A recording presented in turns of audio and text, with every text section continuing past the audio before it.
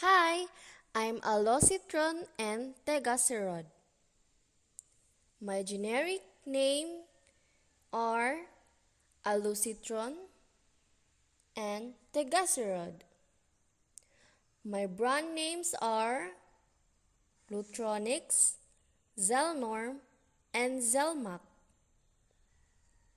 My chemical name for Alosetron is this. And my chemical name for Tegaserod is this.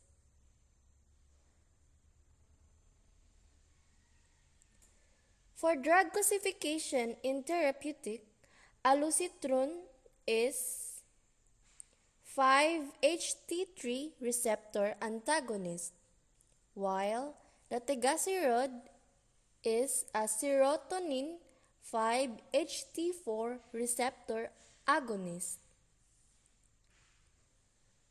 For pharmacologic, Alosetron works by slowing the movement of stool, bowel movements through the intestines. For Tegaserod, it works by improving muscle movement and increasing production of fluid in the bowels. Both treats irritable bowel syndrome or IBS. For pregnancy category, it is FDA pregnancy category B. Animal reproduction studies have failed to demonstrate a risk to the fetus, and there are no adequate and well-controlled studies in pregnant women. This drug should be used during pregnancy only if clearly needed. For mechanism of action, Alosetron is an active, selective 5-HT3 receptor antagonist. 5-HT3 receptors are non-selective cation channels that are widely distributed to enteric neurons in the human gastrointestinal tract, as well as to other peripheral and central locations. Activation of these channels and the resultant neuronal depolarization influence the regulation of visceral pain, colonic transit, and gastrointestinal secretions, processes relevant to the pathophysiology of irritable bowel syndrome. 5-HT3 receptor antagonists such as Alosetron inhibit the activation of non-selective cation channels, resulting in the activation of serotonin-sensitive GI motor and sensory processes. Concurrently, Tegaserod or 5-hydroxytryptamine, 5-HT or serotonin has shown the potential to initiate important gastrointestinal motility regulatory action.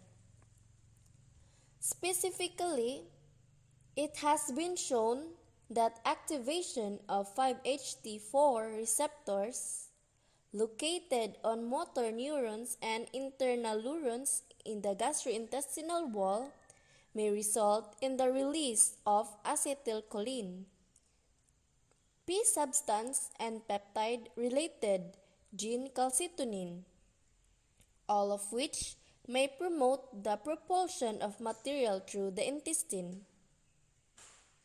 In addition, when 5-HT4 receptors located in smooth muscle cells are activated, events that may alleviate symptoms of IBS-C, such as esophageal relaxation and suppression of human colonic circular muscle contraction, may also occur.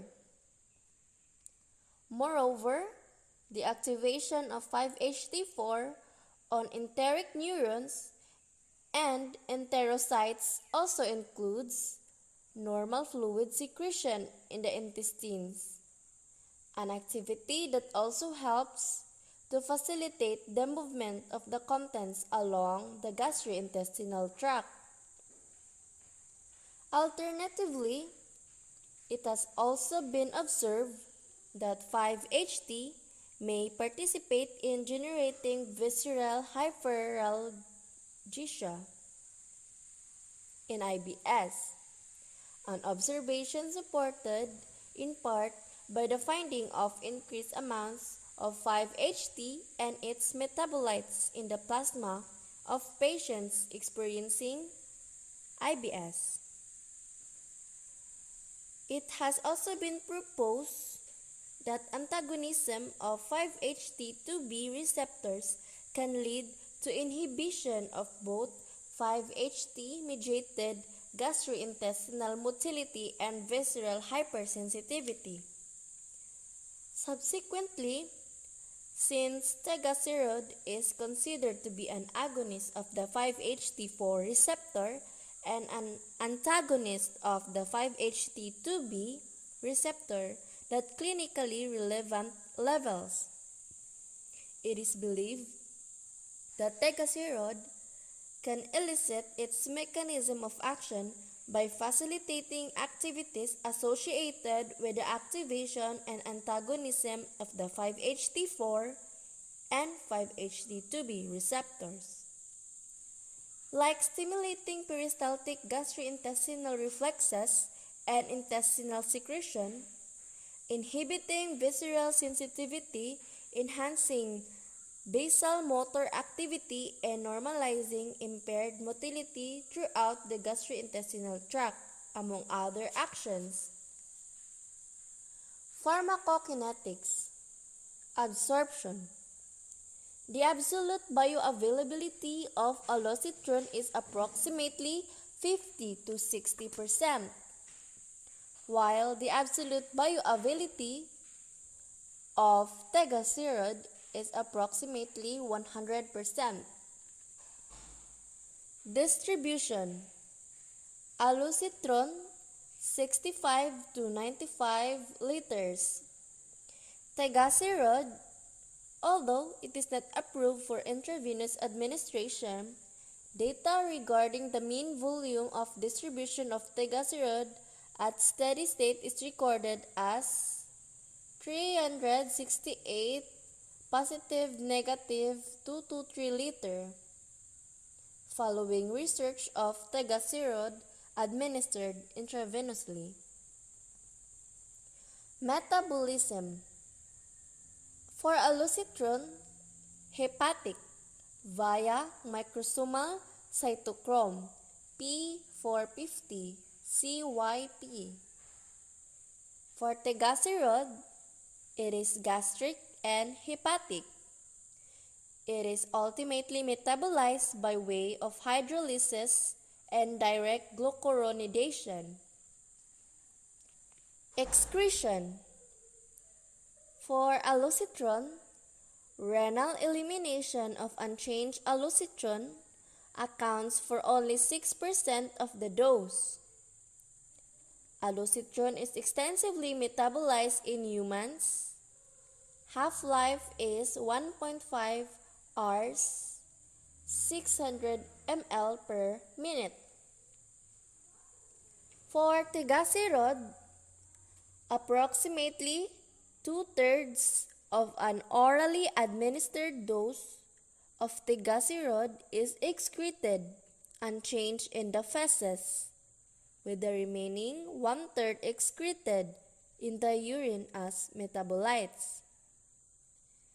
Half-life ranges from 4.6 to 8.1 hours, 77 positive negative 15 liters per hour. Indications.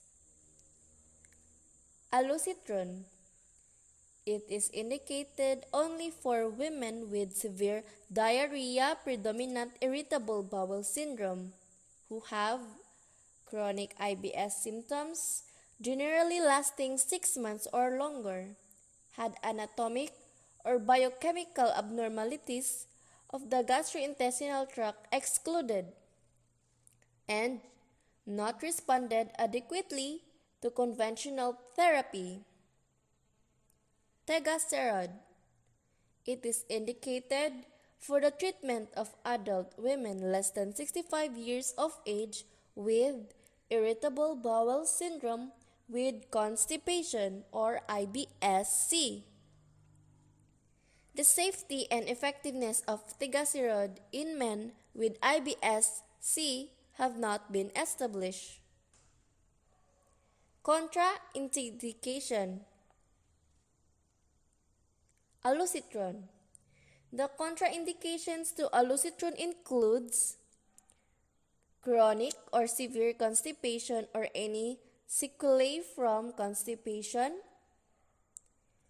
intestinal obstruction or stricture, toxic megacolon, gastrointestinal perforation and or adhesions, diverticulitis, Crohn's disease or ulcerative colitis, ischemic colitis, thrombophlebitis, impaired intestinal circulation or hypercoagulable state, severe hepatic impairment,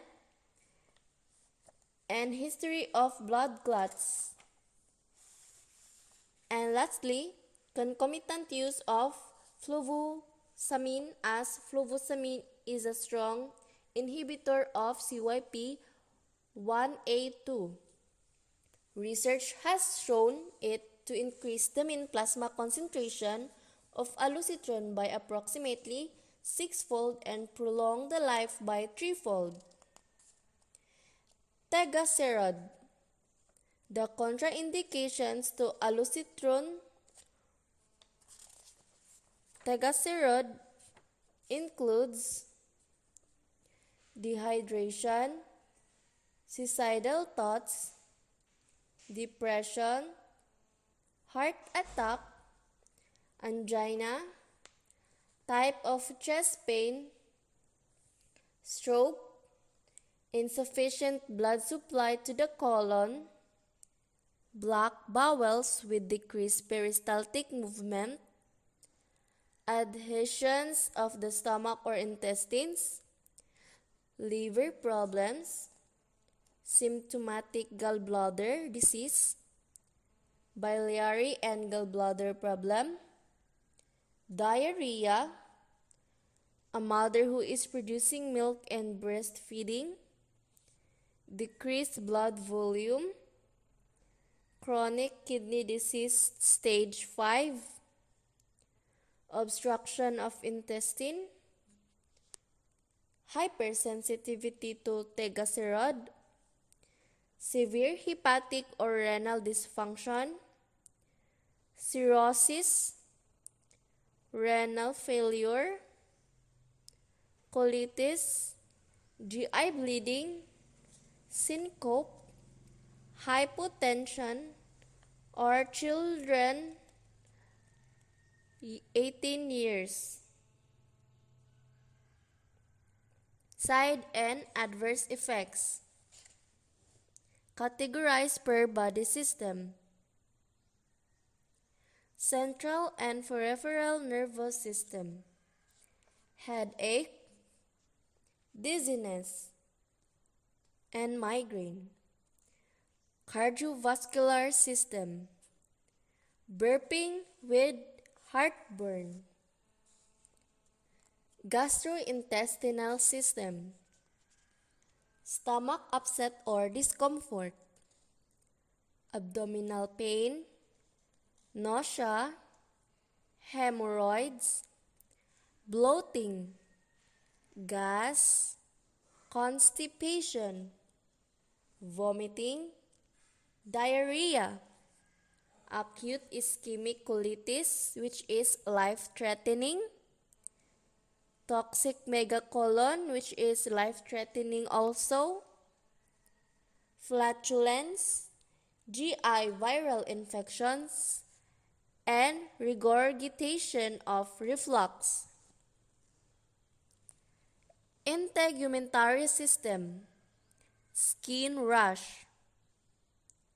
And lastly, for the body as a whole or a general, back pain, joint pain, leg pain, and fatigue.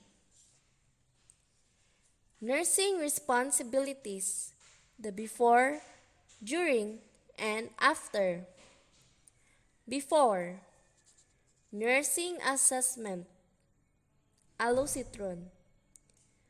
Monitor patient for signs of constipation or ischemic colitis, new or worsening abdominal pain, bloody diarrhea, or blood in stool throughout therapy.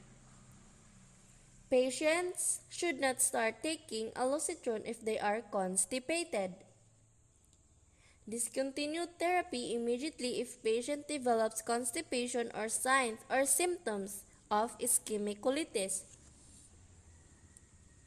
Assessment and drug effects for Tegaserod. Lab tests. Monitor baseline and periodic LFTs and renal functions. Monitor symptom relief. Report lack of symptom relief or frequent diarrhea. Monitor cardiovascular status, especially with pre-existing CV disease. During nursing implementation for Alosetron. Do not confuse Lotronex with Protonix. Alosetron should only be prescribed by physicians enrolled in GlaxoSmithKline's prescribing program for Alosetron. Oral. Administer 0.5 mg twice daily for 4 weeks. If constipation occurs after initiation of therapy, discontinue until constipation resolves. Then restart at 0.5 mg once daily. If constipation recurs at this dose, discontinue therapy. If IBS symptoms are not controlled after 4 weeks, no constipation has occurred and patient tolerates either 0.5 mg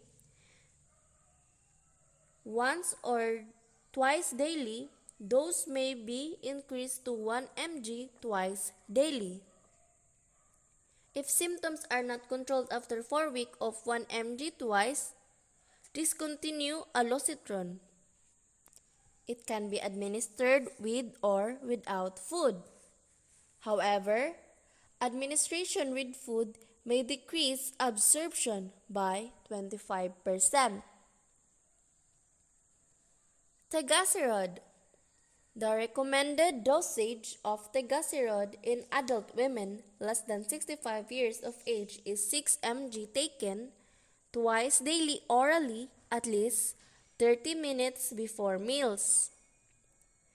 Discontinue Tegaserod in patients who have not had adequate control of symptoms after 4 to 6 weeks of treatment. Patient family teaching for Alosetron. Instruct patient to take Alosetron exactly as directed. If a dose is missed, skip the dose and return to regular schedule. Do not double doses. Consult patients about the risks and benefits of Alosetron and the impacts of IBS symptoms on their life.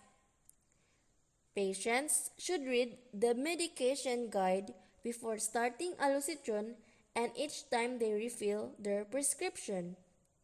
The patient-physician agreement should be signed with the original in the patient's chart and a copy to the patient prior to initiating therapy. Caution: patient to stop taking Alosetron and report constipation or signs of ischemic colitis to healthcare professional immediately.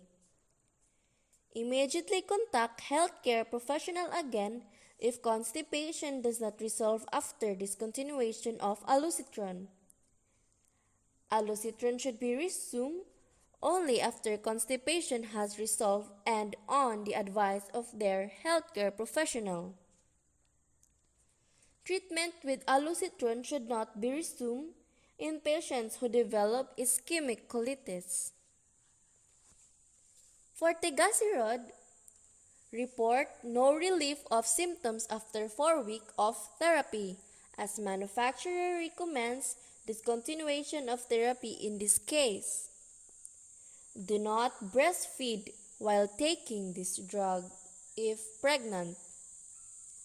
Notify physician if you experience new or worsening abdominal pain unlike your typical IBS symptoms. After evaluation and or desired outcomes. Increase colonic transit time without affecting orocecal transit time, resulting in decreased pain, discomfort, and diarrhea associated with IBS. So, that's it. Thanks for watching, and I hope you've learned something in this video. And again, I am Alosetron and Tegaserod.